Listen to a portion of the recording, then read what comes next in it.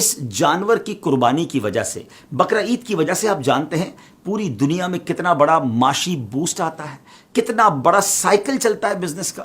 دیکھیں نا، بزنس کی کامیابی کا تو راز ہی یہی کہا جاتا ہے نا کہ ایک بندے کی جیب سے پیسے نکلیں اور دوسرے بندے کی جیب میں چلے جائیں، مارکیٹ میں کیش فلو آ جائے۔ ذرا چلیے جناب، یہ جانور آتے کہاں سے ہیں؟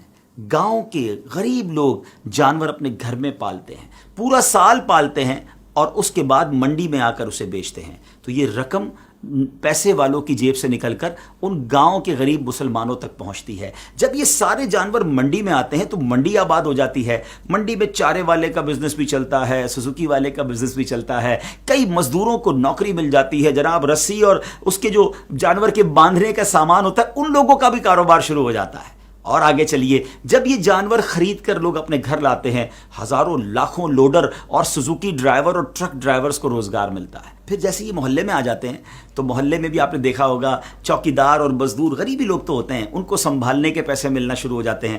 منڈی اور اطراف میں جو چارے کی دکانیں ہوتی ہیں وہاں جناب ان لوگوں کو روزگار ملنا شروع ہو جاتا ہے، بچے خوش ہوتے ہیں، اور جب اس کے بعد اس کی قربانی ہوتی ہے تو ہزاروں لاکھوں دنیا بھر میں قصاب جو ہوتے ہیں، گوشت فروشت ہوتے ہیں، ان کو روزگار ملتا ہے۔ ایک قصاب ہوتا ہے، 5-10 ہیلپر ساتھ آتے ہیں، ان کو بھی عید کے دنوں میں مزدوری مل جاتی ہے۔ اب جناب آگے چلیے، جب یہ قربانی ہو جاتی ہے تو غریبوں میں گوشت بھی تقسیم ہوتا ہے، غریب رشتہ داروں میں تقسیم ہوتا ہے۔ تھوڑا اور آگے چلیے تو اب جو یہ جانوروں کی سکن ہے، یہ جو کھال ہے، یہ چمڑا منڈی میں فروخت ہوتی ہے، لیدر کا بزنس شروع ہو جاتا ہے، جوتے بنتے ہیں، جیکٹ بنتے ہیں، دنیا بھر میں ایکسپورٹ ہوتا ہے۔